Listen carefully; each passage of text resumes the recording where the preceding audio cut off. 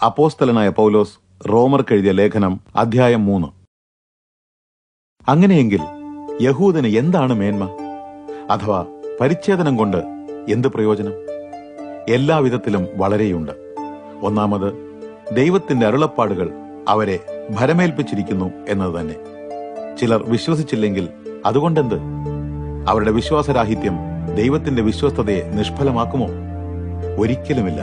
എല്ലാ മനുഷ്യരും വ്യാജം പറയുന്നവരാണെങ്കിലും ദൈവം സത്യവാനായിരിക്കട്ടെ. അങ്ങയുടെ വാക്കുകളിൽ അങ്ങ് നീതിമാനെന്ന് തെളിയിക്കപ്പെടുവാനും ന്യായവിസ്താരത്തിൽ അങ്ങ് വിജയിക്കുവാനും എന്ന് എഴുതിയിരിക്കുന്നുവല്ലോ. എന്നാൽ നമ്മുടെ അനീതി ദൈവത്തിന്റെ നീതിയെ വ്യക്തമാക്കുന്നുവെങ്കിൽ നാം എന്തു പറയും? തന്റെ കോപം നമ്മുടെ മേൽ വരുത്തുന്നതുകൊണ്ട് ദൈവം അനീതിയുള്ളവനെന്നോ? മാനുഷികമായൊരു വാദം ഞാൻ ഉന്നയിക്കുകയാണ്. ഒരിക്കലുമില്ല. അങ്ങനെയെങ്കിൽ ദൈവം എങ്ങനെ ലോകത്തെ വിധിക്കും? എന്റെ അസത്യം ദൈവത്തിന്റെ സത്യത്തെ പരിപോഷിപ്പിച്ച് അവിടുത്തെ മഹത്വം വർദ്ധിപ്പിക്കുന്നുവെങ്കിൽ എന്നെ ഒരു പാപിയെന്ന് വിധിക്കുന്നത് എന്തിന് എന്ന് ചിലർ വാദിച്ചേക്കാം. അങ്ങനെയെങ്കിൽ നന്മ വരേണ്ടതിന് നമുക്ക് തിന്മ പ്രവർത്തിക്കാം എന്നുകൂടി പറയരുതോ? ഞങ്ങൾ ഇങ്ങനെ പറയുന്നതായി ചിലർ ആരോപിക്കുന്നു. അവർക്ക് വരുന്ന ശിക്ഷാവിധി നീതിയുക്തം തന്നെ. അതുകൊണ്ടെന്ത്? യഹൂദരായ നമുക്ക് എന്തെങ്കിലും മേന്മയുണ്ടോ? ഒന്നും തന്നെയില്ല. നാം മുമ്പ് പറഞ്ഞതുപോലെ യഹൂദരും വിജാതീയരുമെല്ലാം ഒരുപോലെ പാപത്തിന് അധീനരാണ്. നീതിമാൻ ആരുമില്ല, ഒരുവൻ പോലുമില്ല. ഗ്രഹിക്കുന്നവൻ ആരുമില്ല, ദൈവത്തെ അന്വേഷിക്കുന്നവരുമില്ല. എല്ലാവരും വഴിതെറ്റി ഒന്നടങ്കം കൊള്ളരുതാത്തവന്മാരായി തീർന്നിരിക്കുന്നു. നന്മ ചെയ്യുന്നവൻ ആരുമില്ല, ഒരാൾ പോലുമില്ല. അവരുടെ തൊണ്ട തുറന്ന ശവക്കുഴി, അവരുടെ നാവ് വഞ്ചന പ്രവർത്തിക്കുന്നു, അവരുടെ അധരങ്ങളിൽ അണലി വിഷമുണ്ട്. ശാപവും കയ്പും അവരുടെ വായിൽ നിറഞ്ഞിരിക്കുന്നു. അവരുടെ കാലുകൾ രക്തം ചൊരിയാൻ തിടുക്കം കൂട്ടുന്നു. നാശവും ദുരിതവും അവരുടെ പാതകളിലുണ്ട്. സമാധാനത്തിന്റെ മാർഗം അവരറിയുന്നില്ല. അവരുടെ ദൃഷ്ടിയിൽ ദൈവഭയമില്ല എന്നിങ്ങനെ എഴുതിയിരിക്കുന്നുവല്ലോ.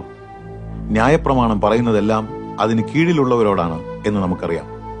എല്ലാ അധരങ്ങളും നിശബ്ദമാകുവാനും ലോകം മുഴുവൻ ദൈവത്തോട് ഉത്തരവാദിത്തപ്പെട്ടിരിക്കുന്നുവെന്ന് വ്യക്തമാക്കുവാനും തന്നെ. അതിനാൽ ന്യായപ്രമാണം അനുഷ്ഠിക്കുന്നതുകൊണ്ട് ആരും അവിടുത്തെ മുമ്പിൽ നീതിമാനാവുകയില്ല. ന്യായപ്രമാണം മുഖേന ലഭിക്കുന്നത് പാപത്തെക്കുറിച്ചുള്ള ബോധം മാത്രമാണ്.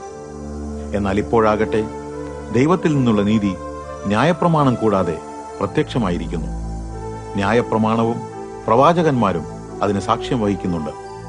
ദൈവത്തിൽ നിന്നുള്ള ഈ നീതി വിശ്വസിക്കുന്ന എല്ലാവർക്കും യേശുക്രിസ്തുവിലുള്ള വിശ്വാസത്താലാണ് ലഭ്യമാകുന്നത്. ഒരു വ്യത്യാസവുമില്ല.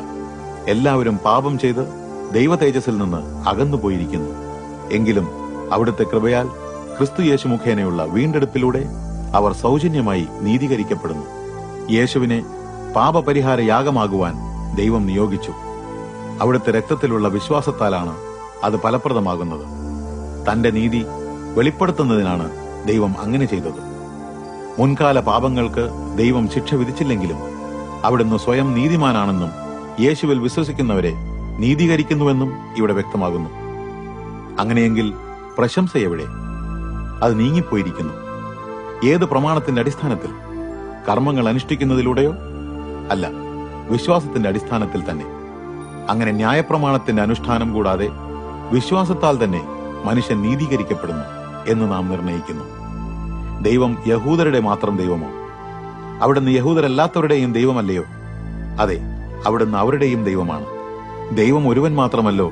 പരിച്ഛേദനമേറ്റവരെ അവിടുന്ന് വിശ്വാസത്താൽ നീതീകരിക്കുന്നു.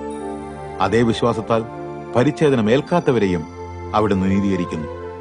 അപ്പോൾ നാം വിശ്വാസത്താൽ ന്യായപ്രമാണത്തെ നിഷ്ഫലമാക്കുന്നുവോ? ഒരിക്കലുമില്ല. നാം ന്യായപ്രമാണത്തെ ഉറപ്പിക്കുക അത്രേ ചെയ്യുന്നത്.